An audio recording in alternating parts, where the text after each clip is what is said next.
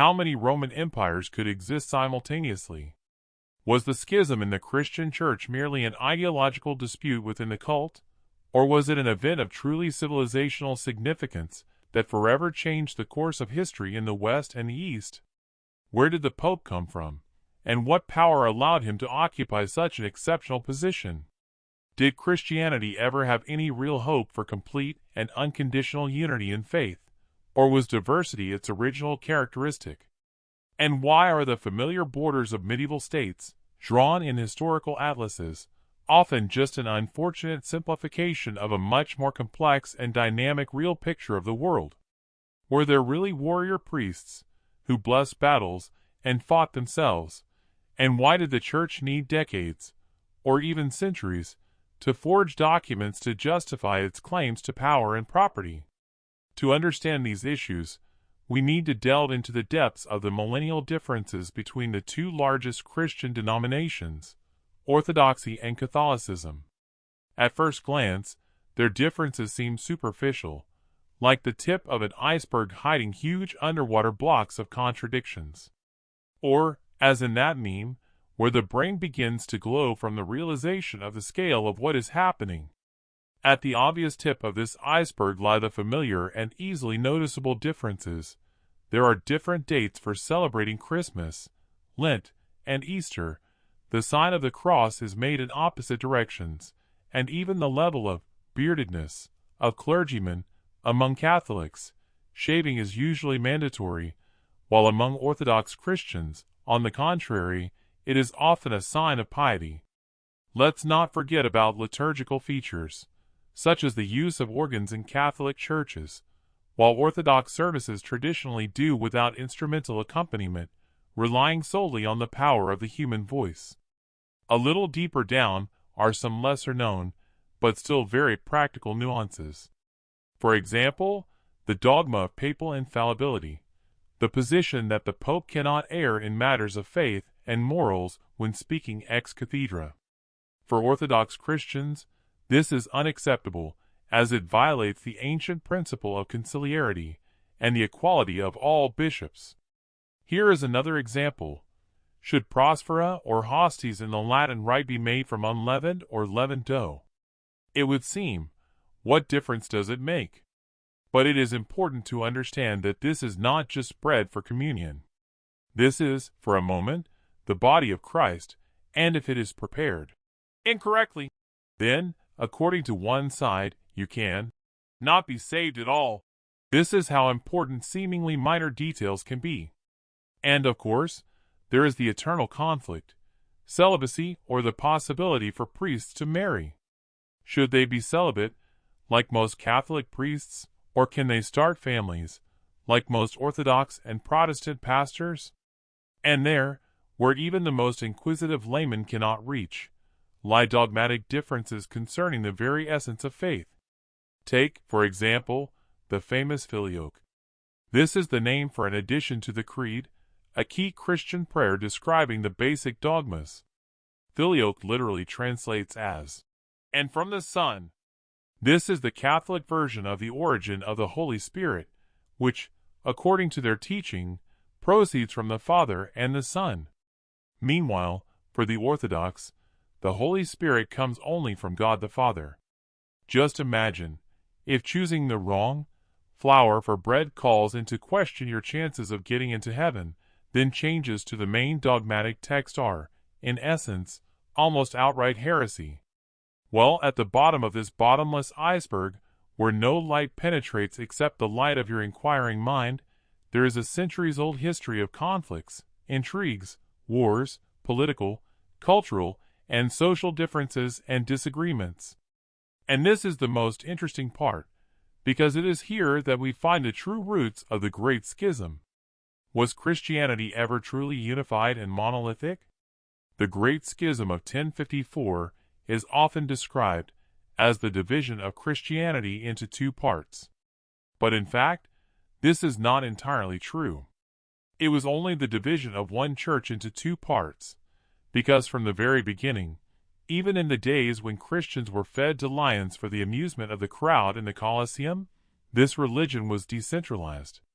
Similar to Judaism or early Islam, Christianity consisted of many independent communities scattered throughout the Roman Empire and beyond. They were ruled by bishops, whose authority stemmed from their position in a particular city. Some of them would later become patriarchs. The word later is key. Although modern Christianity has a beautiful legend that the first patriarchates were founded by the apostles themselves, this is, of course, not true. Diversity, not strict unity, was woven into the DNA of Christianity from its very inception. And it was this diversity, coupled with geopolitical ambitions, cultural differences, and gradually growing dogmatic differences, that ultimately led to the grandiose schisms that we see today. For example, it was only in the 2nd century that the Bishop of Alexandria prevailed over other Egyptian bishops in a peculiar battle royale for the title of leader of the regional church. The Bishop of Antioch became patriarch only in 325, by decision of the Council of Nicaea, and so on. Before the institution of patriarchs made its centralizing contribution to the structure of the Christian Church, all emerging conflicts had to be resolved at councils, where an endless number of leaders of these very religious communities gathered. And the conflicts, it must be said, were quite something. Less than 2 centuries after the emergence of the new faith, Christianity almost split over what seemed to be a trivial question: when to celebrate Easter? Should it be the date of the spring month when Christ was crucified, or the Sunday following that date, so that Easter always falls on a Sunday, because it was on a Sunday that the resurrection took place? You see? This fierce dispute between the bishops of Rome and Smyrna was so serious that Christianity almost split into West and East back then, in the 2nd century. Everyone celebrated as they saw fit, and, as one church historian aptly noted, neither the apostles nor Jesus Christ himself were interested in such nonsense. Well, you know, Jesus comes out on the mountain and says, "Love your neighbor as yourself. And by the way, make sure to check your calendar so that everything is strictly like this day by day." Absurd, isn't it? Something else was important. However, an interesting question arises. If Christianity was originally so diverse and decentralized, why is its subsequent division into Catholicism and Orthodoxy still perceived as something so painful, radical, and tragic? The answer lies in the fact that after Christianity was legalized by Emperor Constantine the Great in the early 4th century, there was an urgent need to build nationwide church structures.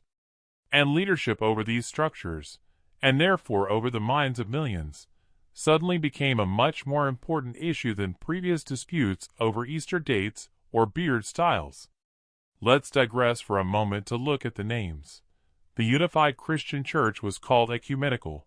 In this case, ecumenical is a clumsy translation of the Greek word oikoumena, meaning the territory of the civilized, i.e., Roman world. This same church was also called Catholic, another Greek term meaning universal, and Orthodox at the same time, meaning orthodox, which literally means correctly worshiping or correctly thinking.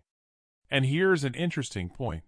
The further away from the political and cultural center of Roman civilization various Christian branches flourished, which, in fact, were officially recognized as heresies, the less anyone cared about it. And it didn't matter at all where the center of the Roman world was at that moment, in Rome or already in Constantinople. You will see everything. Here, look, 325, the First Council of Nicaea. Bishop Arius is expelled from the church, and his interpretation of Christianity is declared heresy. But look at the religious map of Europe in the 5th century. Literally all these Burgundians, Ostrogoths, Visigoths, and other hairy subjects of equally hairy barbarian kings are Arians. And that's okay, everything is fine, even though not so long ago all of this was part of the Western Empire, and formally it is still part of the Roman world. More on that later. Simply put, all of Western Europe is heretical. Well, whatever, by the 6th century, Arianism will disappear on its own anyway. But then, in 431, the Council of Ephesus condemns Nestorianism, a version of Christianity devoted to the duality of Christ's essence, which asserted two natures and two persons in Christ. And that's okay too, guys. They survived the anathema, and as a result, a couple of 100 years later, they flourished there, far away in the east, where the emperor's hand from Constantinople could hardly reach. Traces of Nestorianism can still be found in China, Japan, and even India, testifying to the incredible vitality and adaptability of these heretical teachings. This shows that centralized control and dogmatic unity were, in essence, a luxury that could only be afforded near the real centers of power, while on the periphery, faith lived by its own, often unique, rules. Then came the year 451 and the Council of Chalcedon, an event that marked the beginning of official persecution of the Monophysites.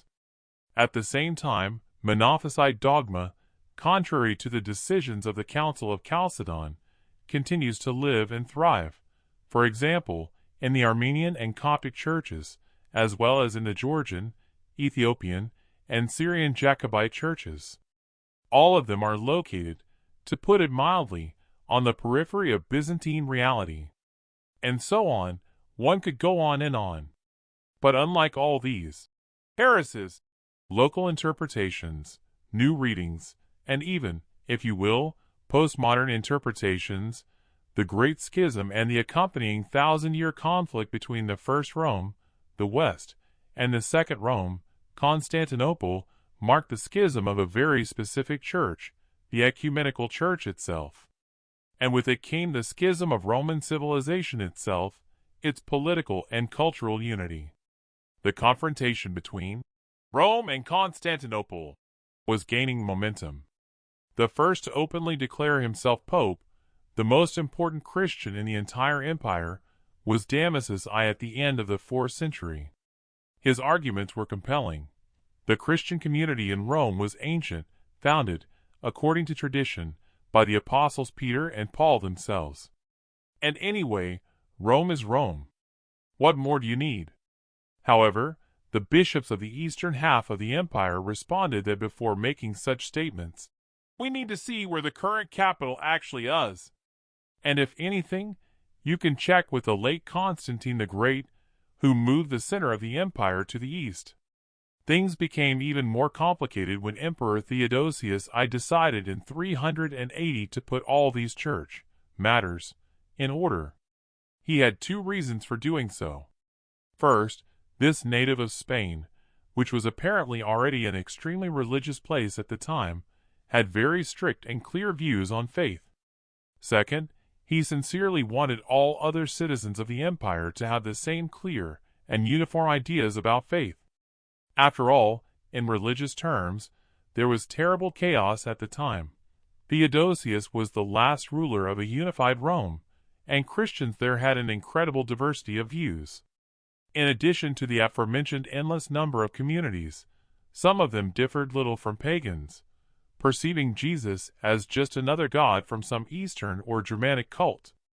In general, as you can see, the goal of Theodosius I's edict was very rational, standardization. And yes, he did not declare Christianity the state religion, as you may read in some sources. This is not true. He simply did so much for the uniformity of Christianity that over time, he came to be perceived almost as some kind of paladin of the faith. And then the following happened. At the First Council of Constantinople, a year after Theodosius' edict, it was proclaimed to the Arians that the Bishop of Constantinople was now second in importance after the Bishop of Rome. This caused a burning sense of competition, below the belt, in the air of St. Peter, the Roman bishop.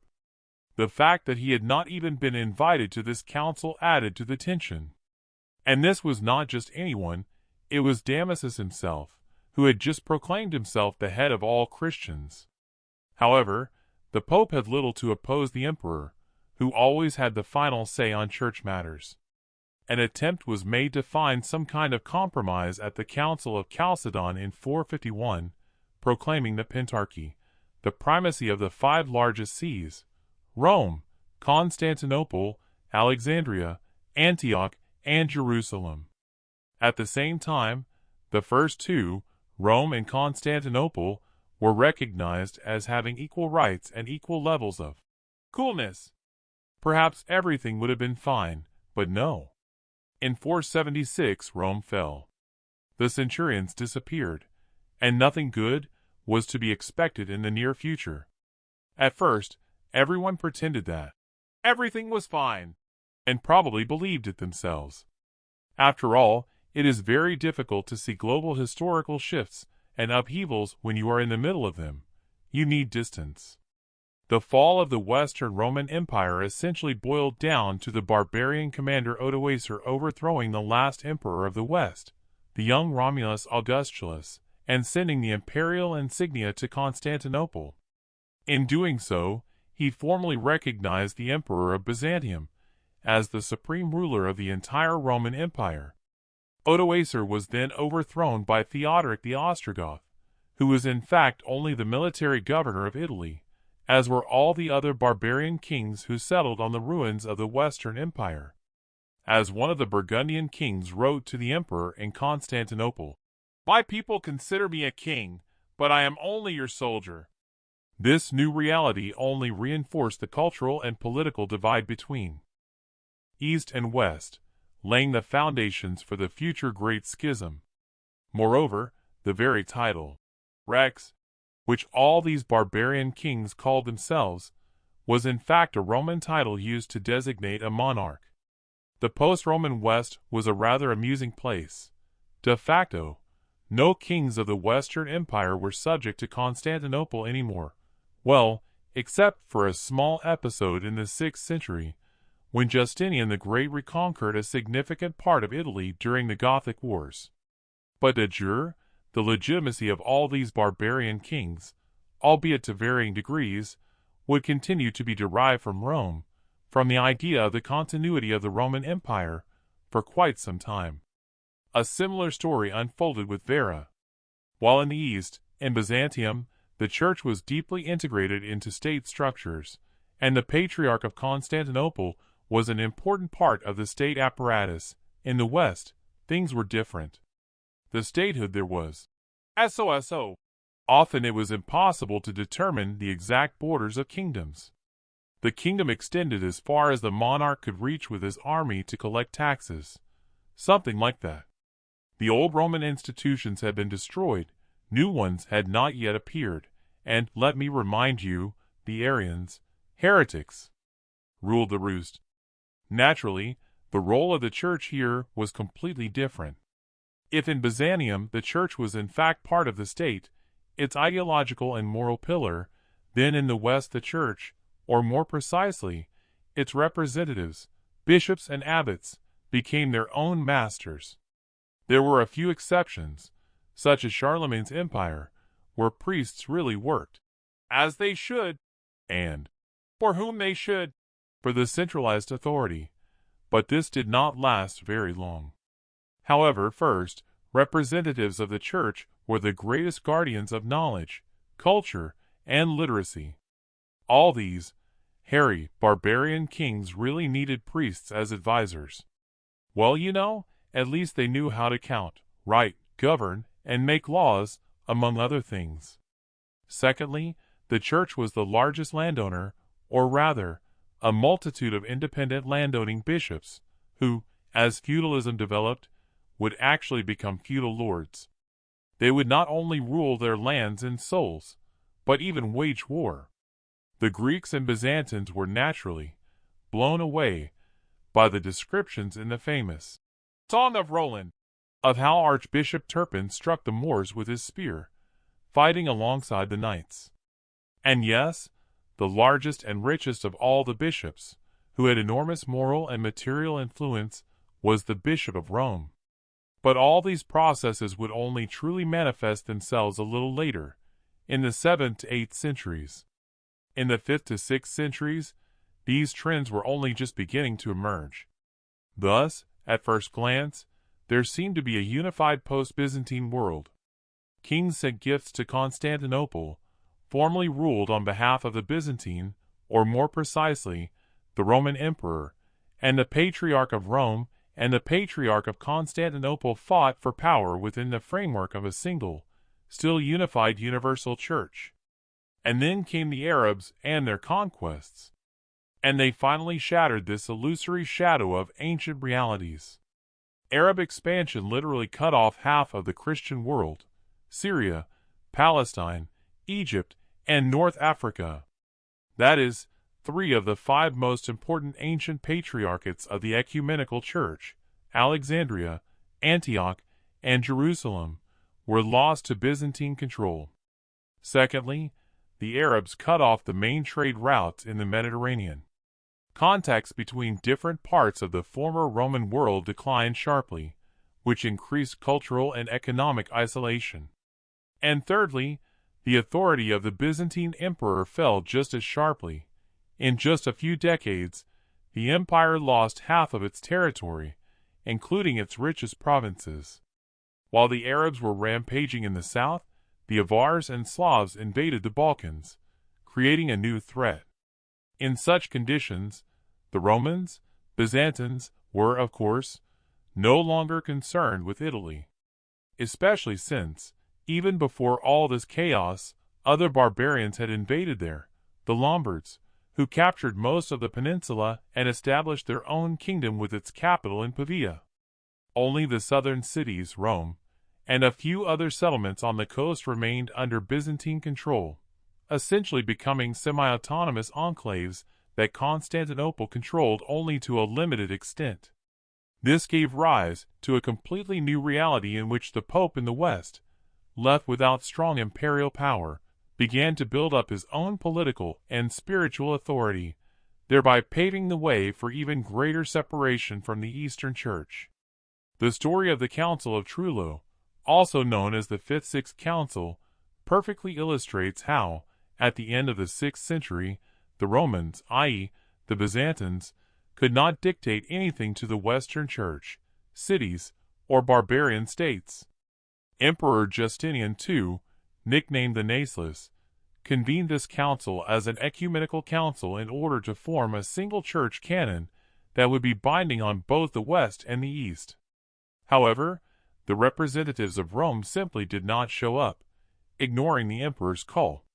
The council was held without them, and it was agreed to abolish celibacy for priests and Saturday fasting. These were typically Western canons. And when Pope Sergius I later saw all this, he announced that of the 85 canons adopted, he turned 35, including these 2, on the papal tiara. That is, he completely rejected them. Justinian, outraged by such disobedience, immediately ordered the Pope's arrest. The commander of the imperial guard, Zacharias, arrived in Rome with a detachment and, to his surprise, discovered that in the Eternal City, the authority of the local patriarch was, for some reason, already much higher than that of the Eastern Emperor. The guards who had arrived from Constantinople were simply surrounded by Roman militiamen and, threatened with violence, forced to lay down their arms. Zacharias himself was forced to beg for his life from the Pope. Well, to be fair, Sergius acted like a decent person and let the guards go peacefully. But, as you can imagine, Rome's complete independence was only a matter of time. The last serious attempt by Byzantium to restore its religious authority in the West took place in 736. Byzantium launched another performance of the "bring religious beliefs to a common denominator" format. This was the so-called iconoclasm, a grandiose movement that advocated the prohibition of icon veneration. Decades of political struggle between supporters of the icon ban and those who believed that icons were cool and okay shook the empire. In general, to simplify, it was just another state project to centralize the clergy and unify beliefs. Icons gave rise to many small subcultures, diverse practices of worship and interpretation, and all this gave rise to discrepancies, confusion, and vacillation in people's minds. But the Byzantine state was a complex and large-scale machine, so there was no consensus on this issue among those in power. In those glorious times, there were both iconoclasts and icon worshippers among the emperors. This led to a rather amusing incident. In essence, the Pope simply replied to the emperor, "Ha ha, I'm in another city. What are you going to do to me?" And at the same time threatened to excommunicate him from the church if the Basilius continued to show off with his iconoclasm. Since he couldn't physically arrest the Pope, Emperor Leo III Isaurian responded in 732 by issuing a decree according to which the territories of Illyria, Macedonia, southern Italy, Sicily, Sardinia, and other minor territories would be transferred from the jurisdiction of the Roman Patriarchate to that of the Patriarchate of Constantinople. In other words, the Patriarchate of Constantinople would now collect tithes, baptize barbarians, and generally rule over everything. And of course, Rome categorically disagreed with this. The funny thing is that the barbarians living in these disputed territories didn't give a damn about these Byzantine Roman Church squabbles. When, for example, Great Moravia, a Slavic state in Central Europe, was baptized, their princes invited priests from Byzantium, then from the East Frankish Kingdom, that is, Germany. And Saint Cyril and Methodius developed their Glagolitic alphabet while being sent from Constantinople, but with the consent of Rome. Princess Olga could easily invite the German Bishop Adalbert and clergy from Byzantium to Rus.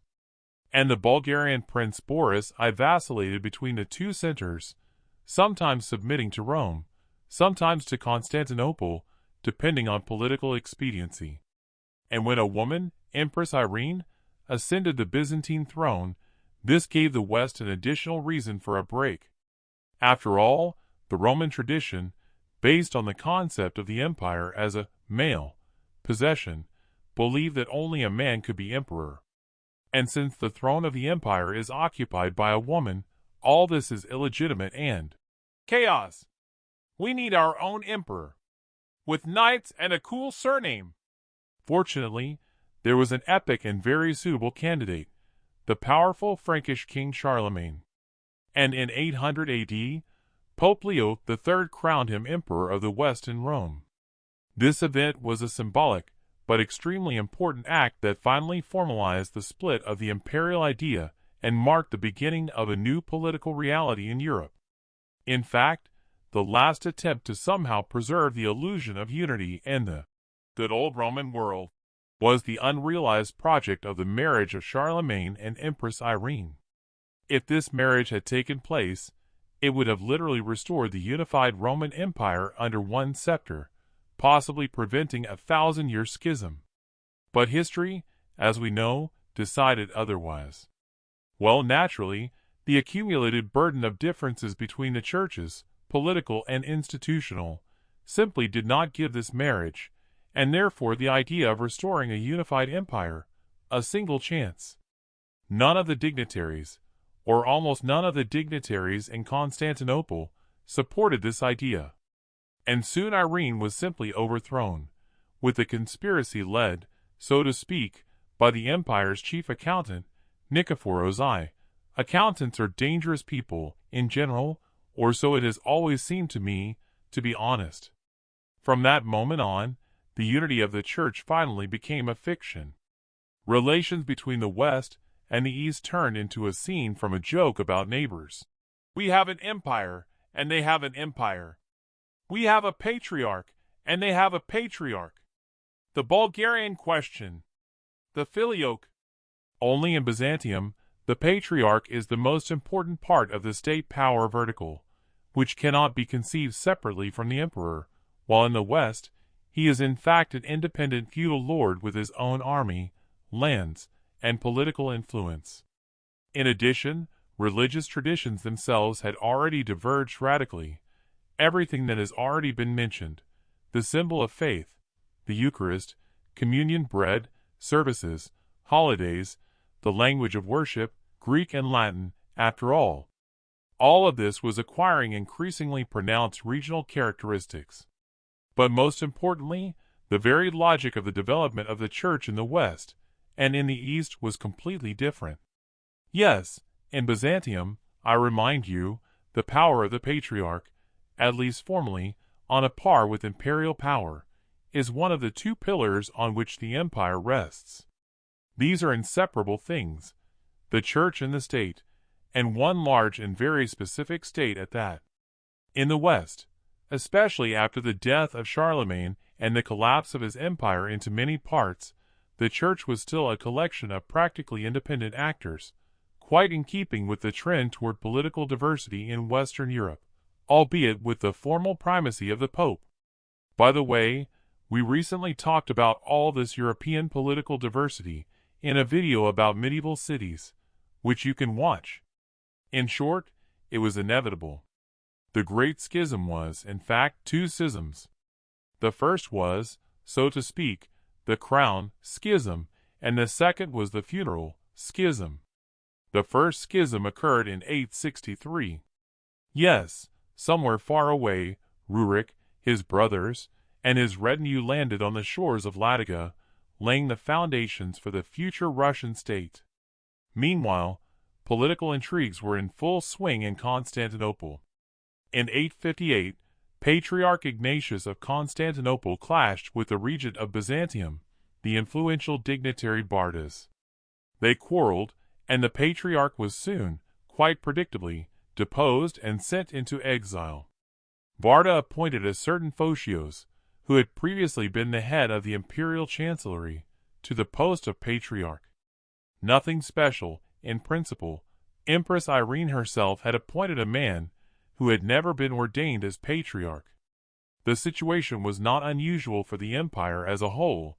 The Church is the pillar of the state, after all. The main thing was that the person was one of their own, good and reliable. Moreover, Photios was actually not bad. It was he who baptized the Bulgarians, and in 860 he sent missionaries to Kiev to baptize the Rus. But in order for Photios to finally legitimize his status, he needed to obtain the final signature, the signature of the Pope. And, as you can imagine, there was a snag. Pope Nicholas I simply refused to sign. First, he sent a commission of his legates to Constantinople, then he scratched his head, thought about it, and announced that Ignatius' resignation was actually illegal. On this occasion, he immediately convened a council in Rome, at which he demanded that everything be returned, that is, that Ignatius be reinstated. Moreover, these demands were formulated in the harshest possible terms. All this took place against the backdrop of parallel disputes over who should and had the right to baptize the Bulgarian prince Boris, Rome or Constantinople. The first schism ended in 867, when Photius convened a council in Constantinople, at which he excommunicated Pope Nicholas I from the Church. For what? For the filioque. For that very single added line about the Son in the Creed. The man was a genius. He seems to have been the first in the East to use this as the main reason for excommunication from the Church and demonstration of dogmatic differences. This was not just a church disagreement. It was the first open and mutual break, indicating the depth of the accumulated contradictions. The conflict, however, was hushed up, and in a completely medieval style.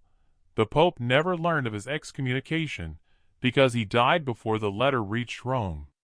And in Byzantium, power soon changed. The regent was killed, Photius was removed, and, in general, that was the end of it. The Photian schism lasted only 4 years. But then, already in 1054, tough individuals, who were not ready for any compromises again, came to power in Rome and Constantinople. In 1053, the Patriarch of Constantinople Michael Cerularius ordered the monasteries and churches of the Latin Rite in Constantinople to be closed. Moreover, the reason was that same stupid discrepancy in the recipe for Prospera. The Greeks did not consider the unleavened bread accepted in the West to be sacred, so during the closing, the Byzantine soldiers demonstratively trampled the consecrated Latin hosts. Of course, a scandal erupted. To Rome's indignation, Cyrillarius responded that the Latins should renounce their errors. By the way, am I the only one who thinks that Cyrillarius is some kind of name for a druid from Warcraft? Well, anyway, in the middle of this scandal, the Normans invaded Sicily. By the way, we have a separate video about this, and the Byzantine governor in southern Italy began to try very hard to reconcile the Pope and the Emperor because of this. As a result, in June 1054, a Latin delegation arrived in Constantinople, headed by Cardinal Humbert of Silva Candida, the Pope's right hand. Humbert, of course, had a dispute with one Greek monk about the difference in rites, but otherwise the Patriarch simply ignored the presence of the papal envoys. The negotiations reached a dead end. Then, on July 16, 1054, Cardinal Humbert entered the Hagia Sophia and, in the most demonstrative manner possible, in front of the people of Constantinople, addressed those present, starting to curse the local patriarch with everything he could think of. It all ended with Humbert placing the papal bull excommunicating Patriarch Michael on the altar and leaving. Soon, in response, Patriarch Michael Cyrillarius anathematized the Pope of Rome. Although he had already died by the time the anathema came to Rome, the act was symbolic. It was from this ugly episode that the official division into Orthodox and Catholics began an event known as the Great Schism. However, some friction between them had already been evident long before that, and many attempts at unification had been made after that. To be honest, there were more attempts to unite the churches than the average gamer had attempts to defeat Mania. True, not everyone noticed this schism right away. In Rus, for another 50 years, they continued to live as if it had never happened. There, a serious fight with the Catholics would only begin under Vladimir Monomac in 1169. The situation heated up again in the 12th century. In 1166, the Byzantine Emperor Manuel Iconis suddenly proposed that the current Pope Alexander III be elected to the Byzantine throne in his place. There was nothing surprising about this. Manuel was the son of a Hungarian Catholic princess, and secondly, he desperately wanted an alliance with Rome in order to expel the Normans from Sicily and generally unite the empire under his rule. He recognizes the Pope as the head of the Church, and the Pope recognizes him as the Emperor of the West. Such a clever idea.